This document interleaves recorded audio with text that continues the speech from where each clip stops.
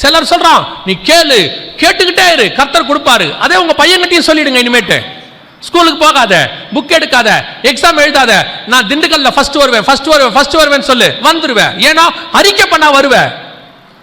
ஏன்னா என்ன பைத்தியக்காரனா இருக்க, படிக்க வேண்டாமா? அதே பைத்தியக்காரத்தனத்தை தான் இங்கேயும் கேட்கிறேன்.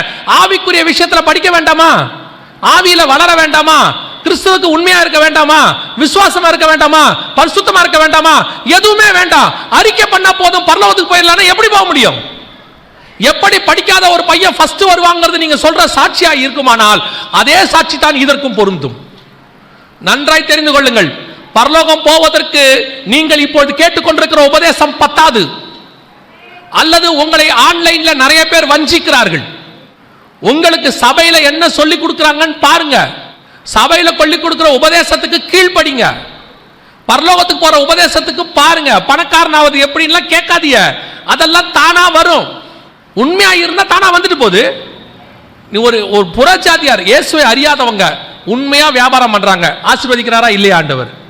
ஆசீர்வதிக்கிறார் தானே. பொய்யா பண்ணி லஞ்சம் வாங்கினா மாட்டிக்கிறான் தானே. அது எப்படி மாற்றானோ மாட்டிக்கிறான்ல. புறஜாதியாருக்கே தெரிஞ்சிருக்குது உழைச்சா தான் மேல வர முடியும்னு. அதே தான் கர்த்தர் சொல்றார், உன் கையின் பிரயாசத்தை கர்த்தர் ஆசீர்வதிப்பார். கர்த்தருக்கு பிடிக்காதது இந்த ஆவிக்குரிய சோம்பேறித்தனம். சும்மா உட்கார்ந்துக்கிட்டு வெறும் ஜெபம் பண்ணா போதும்லாம் கிடையாது. செய்ய வேண்டியதை நீங்க செய்யுங்க, ஆசீர்வதிக்க வேண்டியதை அவர் ஆசீர்வதிப்பார். அல்லேலூயா. கடைசி நாட்களிலே உங்களை வஞ்சிக்கிற உபதேசம் தலைவிரிச்சு ஆடுது. எவனை விழுங்கலாமோ என்று பிசாசு வகை தேடி சுத்தி திரியிறான்.